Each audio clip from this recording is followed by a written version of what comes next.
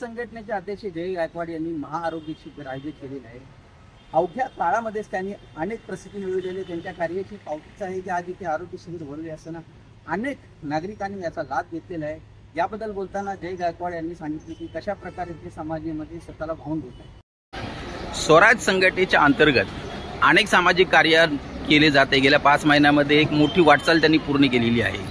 स्वराज संघटनेचे अध्यक्ष म्हणून तुमची वाटचाल कशी आहे आणि सध्या काय चालू आहे? सध्या संयुक्त जयंती जी आहे डॉक्टर बाबासाहेब आंबेडकर, छत्रपती शिवाजी महाराज, छत्रपती संभाजी महाराज, राजा सम्राट अशोक, क्रांतीसूर्य महात्मा ज्योतिबा फुले आणि तथागत भगवान गौतम बुद्ध यांची संयुक्त जयंती आम्ही साजरी करत आहोत। आणि आजच्या दिवशी बुद्धाने तत्वज्ञान सांगितलं की हेल्थ इज वेल्थ, त्या अनुषंगाने आम्ही आरोग्य शिबिर आयोजित केलेलं आहे। आणि आपण बघताय की सकाळपासून अनेक डॉक्टर आणि अनेक पेशंट या ठिकाणी आले आहेत। अनेक ब्लड टेस्ट, एक्सरे, ECG सर्व फ्री या ठिकाणी आपण ऑर्गनाईज केलेलं आहे।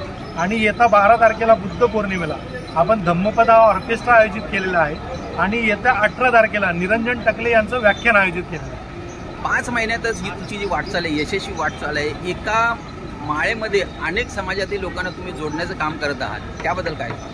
हा आम्हाला वारसा छत्रपतींचा आणि डॉक्टर बाबासाहेब आंबेडकरांचा आहे। लोकांची जर काम करायची असतील तर तुम्हाला विविध क्षेत्रात जाऊन काम करावं लागेल, सर्व क्षेत्रात उतरावं लागेल।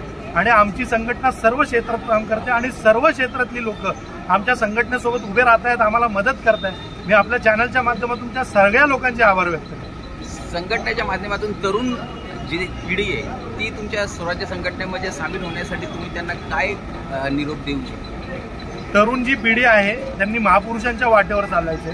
सध्या उल्हासनगरचे जे वातावरण आहे की सगळ्या राजकारण्यांनी इथली तरुण पिढी देशोधडीला लावली आहे। ती तरुण पिढी देशोधडीला न लागता चांगल्या मार्गावर येण्यासाठी स्वराज्य संघटनेचे प्रयत्न आहे आणि अनेक माझ्यासारख्या समविचारी तरुण या संघटनेला जुळलेले।